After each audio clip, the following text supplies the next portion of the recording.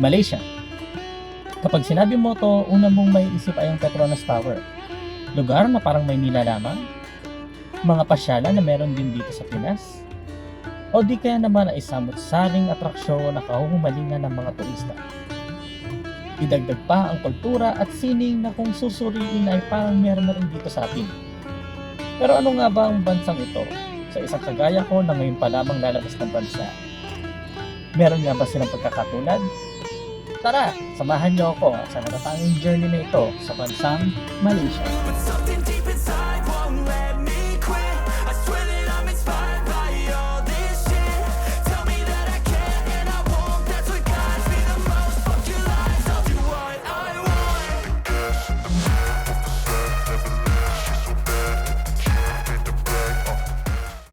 Nagsimula ang aking journey sa isang matinding traffic. Sino ba naman ang mag-aakalang alas 2 pa lang ng hapon ay matindi na ang traffic sa SLEX? Mula Laguna, nagdesisyon kami ng aking asawa na agahan ang pagpunta sa airport. Balita kasi na mahaba ang pila sa immigration na minsan inaabot ng 3 oras. Kaya kahit 10:45 PM pa ang flight namin, minabuti na namin simulan ito ng mas maaga. Bukod sa traffic ay dumagdag pa ang ulan. Wala namang bagyo during that time pero monitored namin ang weather forecast dahil natatakot kami na baka sumama ang panahon sa pag-alis namin. Pero kahit halo-halo na ang stress at kaba naming mag-asawa, heto at tulog pa ang aming prinsesa.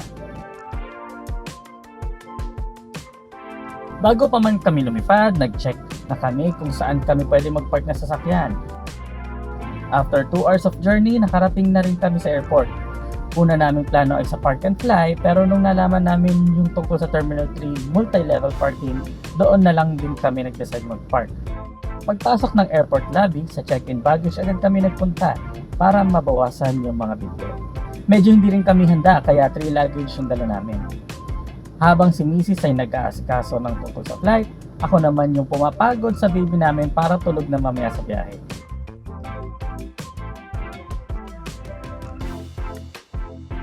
Isang sa naging helpful sa amin para lalo mapagod ang baby namin is this playground sa loob ng terminal. Magandang way din to help parents with little ones na malibang yung bata while waiting. Lalo pa't mabilis maboard ang mga chikiting kapag walang ginagawa. A few moments later. Lumipad kami ng 11:12 PM sa Naiya.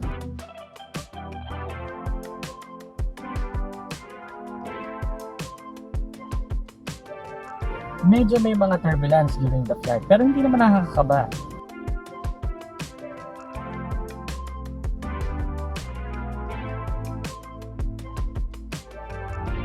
We landed around 2:40 AM at Kuala Lumpur International Airport Terminal 2. Una mong mapapansin ay kakaiba na agad yung lugar, yung mga signage in Malaysian at English. Medyo nagkalituhan pa kami kasi hindi namin mahanap yung shop kung saan namin kukunin yung local SIM. Dumating na rin ang Grab namin at pumunta na rin kami sa hotel na tutuluyan namin. Dahil madaling araw, kailangan namin muna maghintay ng tanghali para makapunta sa condo na nabook namin.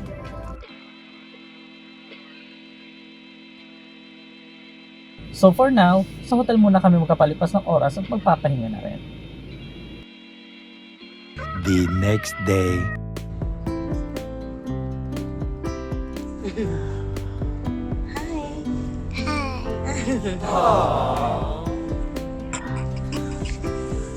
Kinaumagahan umalis na kami sa aming temporary hotel para pumiyahan na sa aming nabook na condo. It is located at KL City Center. Cozy siya at sobrang ganda ng place. Dagdag pa rito ang bubungad sa iyo na magandang view ng Kuala Lumpur buildings, kasama na dyan ang Petronas syempre. Ang one night stay dito ay around 1,600 pesos o $28. 3 hours later. We plan to ride the monorail kasi mas mura kaysa sa Grab. Medyo challenging ang pagsakay dahil hindi kami familiar sa pipiliing station.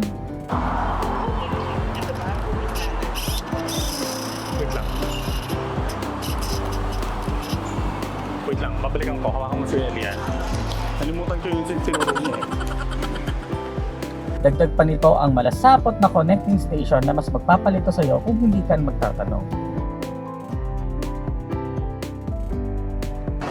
Ay, ito yung gusto ko. Papakakot na hindi ako. Anak. Titingnan ko kung yayaman na ako bukas. Okay naman yung rating niya. Ay, hindi ko alam. Hindi ko naman try na. Kasi ako kasi dati nagaganyan ako eh. Carrot reading. Minabuti namin na magpapalit lamang ayon sa budget plan. Iniiwasan rin kasi namin na sumobra ang mapapalitan at baka di na namin maibalik sa Philippine Peso pagbalik ng Pinas. Sinamantala rin namin ang pag-ikot sa city center ng Bukit Bintang upang makapag-try ng mga pagkain at syempre merienda na rin.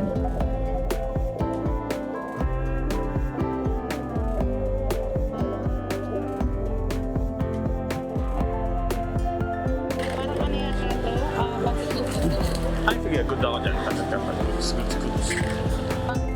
Matapos nito ay pumunta kami sa isang famous Japanese store dito, ang Don Don Donki. Meron silang 3 floors na store na may iba't ibang products ng Japan.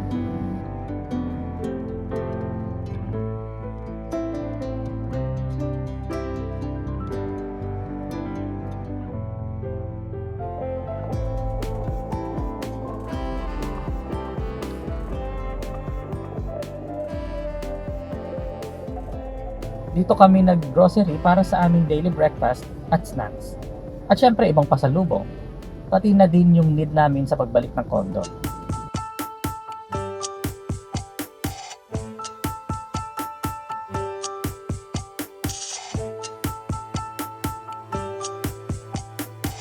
Dito na rin namin naisipang mag-dinner.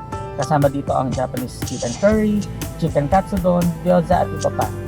May libre din silang Pocari Sweat na naiwan lang namin later on sa condo. Inabot ng 72 Malaysian Ringgit o 880 pesos ang nagastos namin sa pagkain. Konting lakad lang ay nakapunta na kami ng Sunggaywang. Sumakay ulit kami ng monorail from Bukit Bintang to Medan Poangco Station.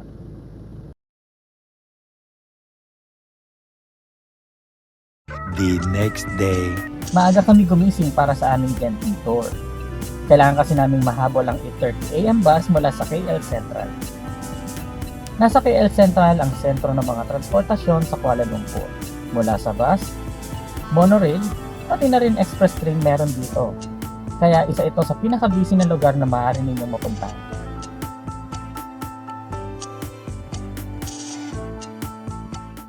Sa kasamang pala, dahil maraming nag-early book, ang susunod na bakante ay 11:30 AM pa ang address. Ang isang ticket mula KL Central papuntang Genting Awana ay 10 Malaysian Ringgit o 125 pesos.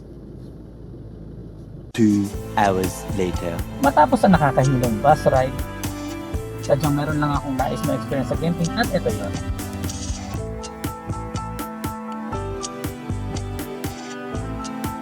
At dahil wala namang ganito sa Pinas, sobrang mixed emotions ako habang nakasakay ako dito.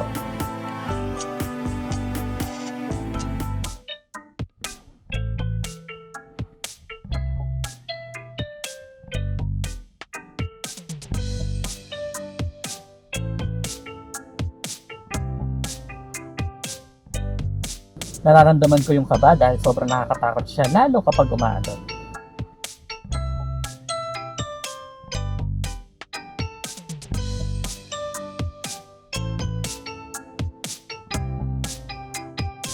Masaya kasi ang ganda ng mga nakikita mo.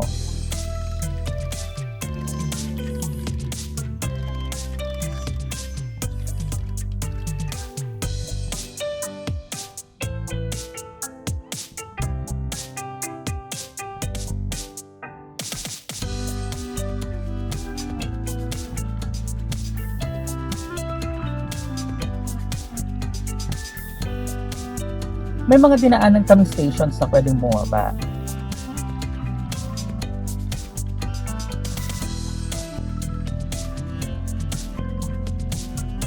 Wala doon ng climax, kaya focus lang akong ituloy hanggang sa maabot ko rin ng langit.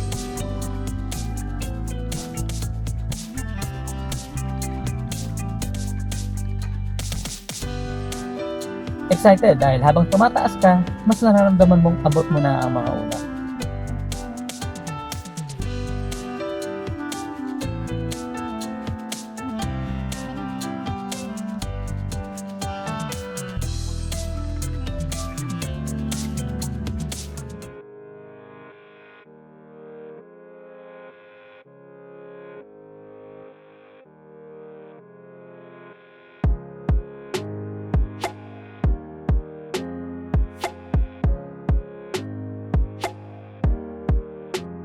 The ride lasts around 15 to 20 minutes lang at may presyong 10 Malaysian ringgit o 125 pesos sa isang one-way ride.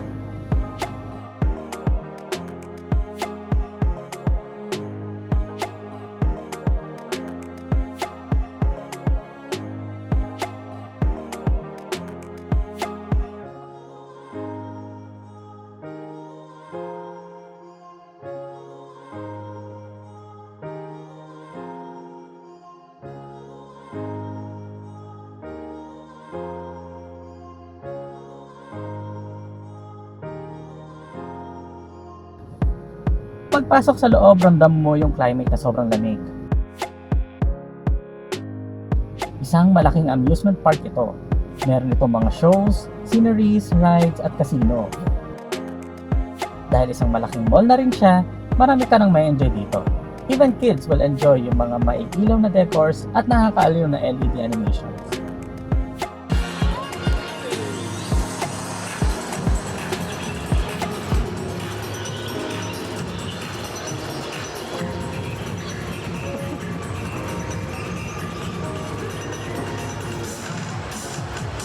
Bawat isa ay may kanya-kanyang separate ticket rates.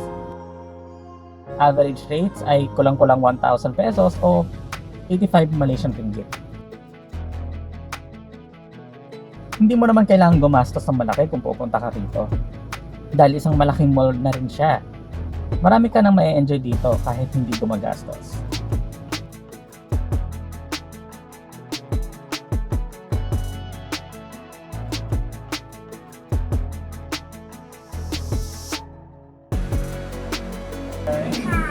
Mark, yes! Beep-beep! Wala nga lang siyang beep-beep, anak. Pero yes, it's a car. Sa pagbaba, natanaw ko yung temple na pwede rin puntahan by stopping sa station ng cable car. Hindi lang namin ito pinuntahan dahil sa mga hagdan na dadaanan kung saan mahihirapan lang kami.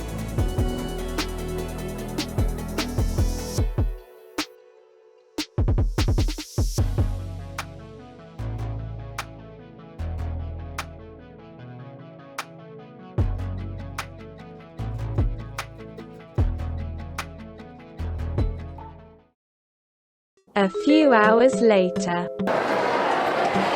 Grabe naman dito. Yung mall dito, kami mayaman.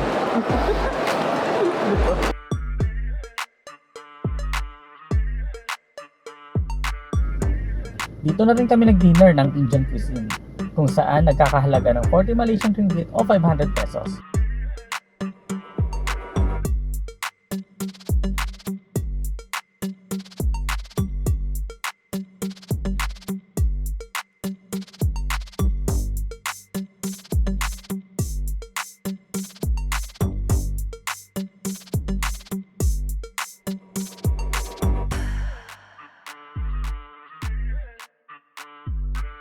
Pagkatapos nito ay lumakad na kami sa paanan ng Petronas.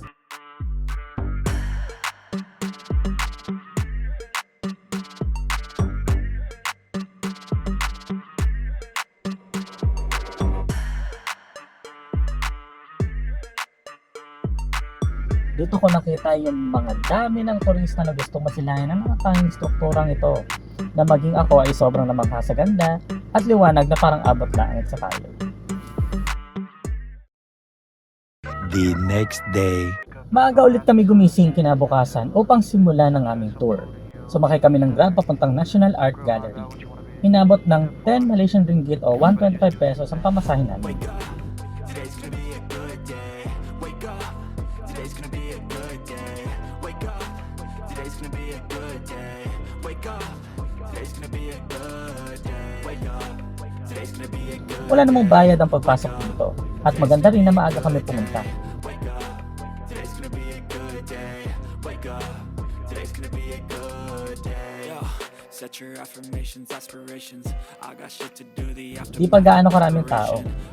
Malimit, mga kabataan pa ang nakikita namin minsan nakatambay sa mga halls ng museum.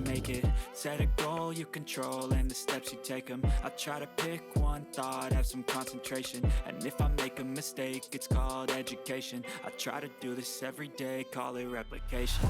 Wake up, Maraming mga historical piece meron ng museum nito. Tunay talagang mayaman rin ng Malaysia sa kasaysayan at kultura. today's gonna be a good day. Wake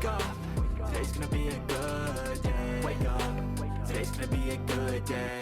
Wake up, today's gonna be a good day. Wake up, today's gonna be a good day. Dahil kabilang din siya sa Asia, mapapansin rin ng ilan sa mga pamilyang na pangalan sa museum na ito kagaya ni Magellan. Ups and downs, just like every different season, yo.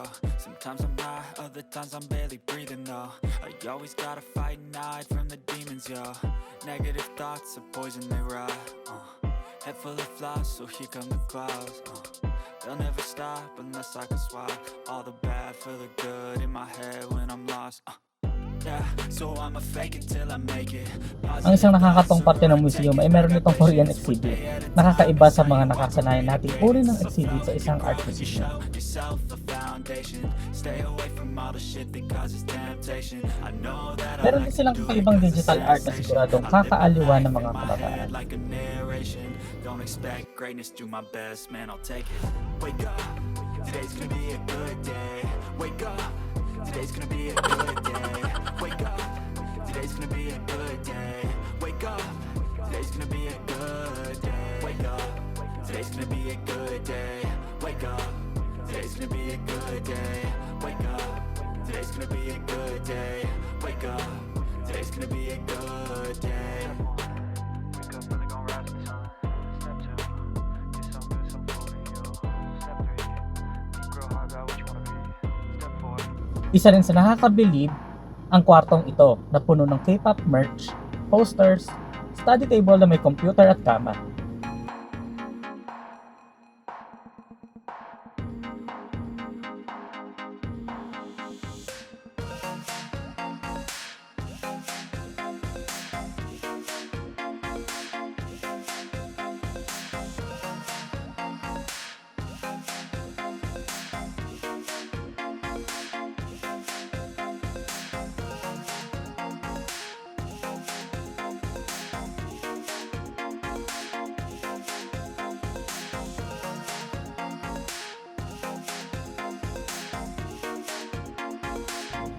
Maraming mga nakakatuwa at nakakabilib na makikita sa museum na ito. Ngunit kailangan na namin pumunta sa susunod naming destinasyon, ang Central Market. A few moments later. Ang Central Market.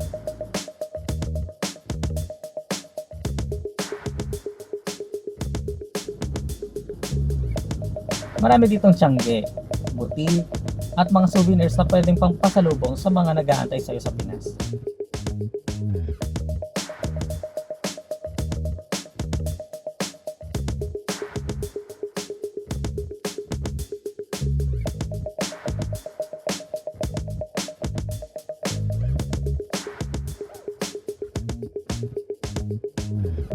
Sa dami ng nakita at nabing souvenirs, hindi na kami nakapag-decide kung ano yung gusto namin kainin. Nasaan yung pagkain? Kaya sa condo na lang kami nagpa-deliver ng food.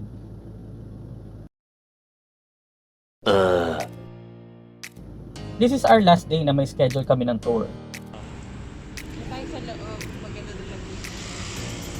Eh, sabi pa naman ni nung kaibigan ko meron siyang monkeys. A bunch of monkeys. A bunch of monkeys!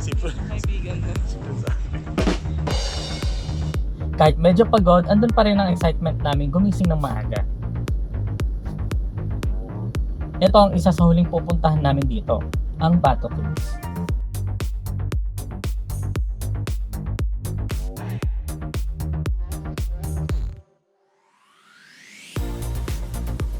Hindi pwedeng hindi namin matry ang mga authentic Indian cuisine dito, kagaya ng panipuri at samosa.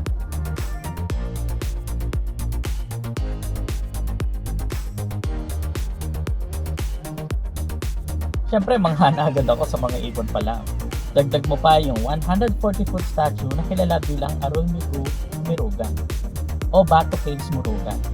Isa ito sa pinakamalaking statue na inaalay nila sa isang Hindu god na si Lord Murugan. Matapos kumain, hinanda ko ng sarili ko sa matindihang akyatan. Hindi nakababa ang camera ko that time. Sadyang matarik lang talaga ang hagdan, na ikaw mismo matatakot kapag nabomba ka sa pag-akyat.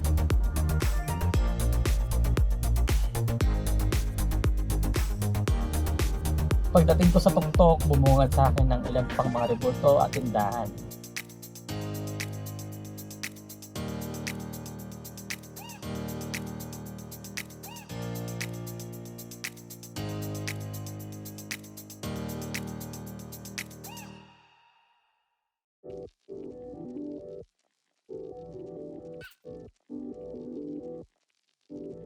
Meron din mga temple sa loob, ngunit kailangan mo magbayad ng 5 Malaysian ringgit o 65 pesos para makapasok.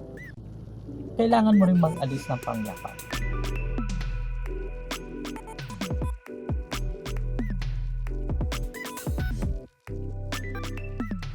Sa dulo ng kuweba, matatagpuan ang rebulto ni Shiva bilang Nataraja o Lord of Deaths. Tomorrow. Hindi pa sumisikat ang araw ay nakapag-impake na kami at sumakay na sa express train sa KL Central. Ito ang maghahatid sa amin pabalik ng Kuala Lumpur International Airport. Pagdating namin, inasikaso na namin ang mga kailangan at sumakay ng eroplano pabalik ng Maynila.